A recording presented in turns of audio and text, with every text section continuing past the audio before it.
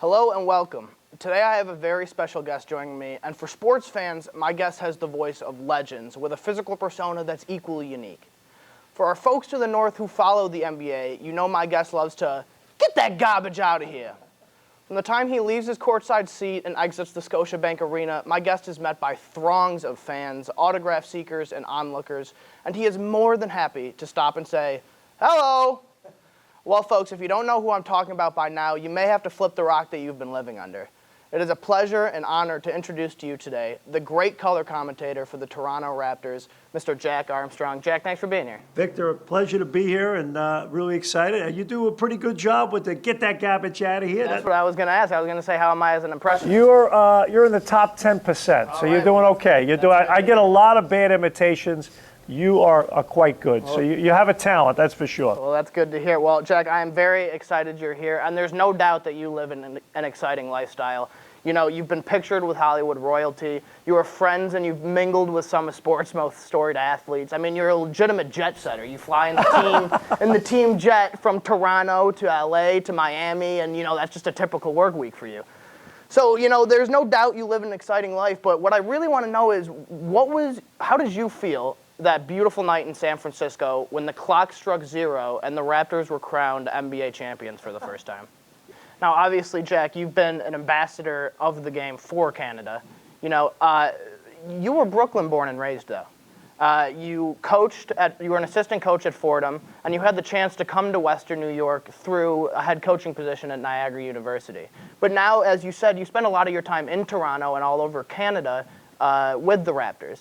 At this point, what does Buffalo and Western New York mean to you? Were you in the building the night that Kobe put up 81 on Jalen Rose? Actually, I wasn't. When you meet people that have it, you know it.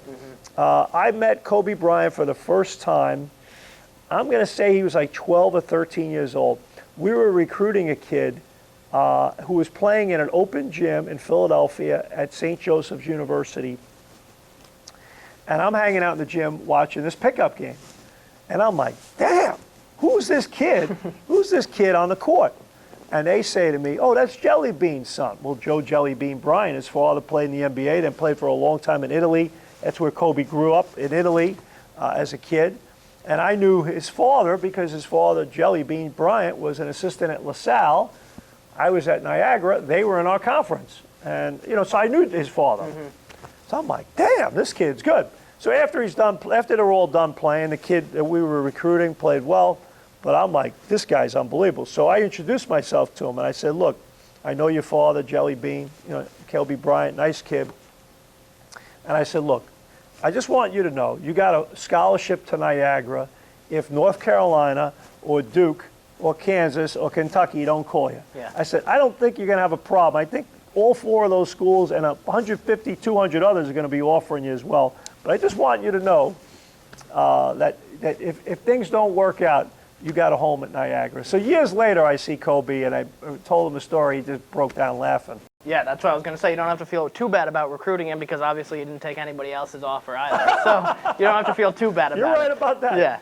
Jack, you have a beautiful family. You have a wonderful house in Western New York. You were recognized by New York State as basketball's Division I Coach of the Year while at Niagara University.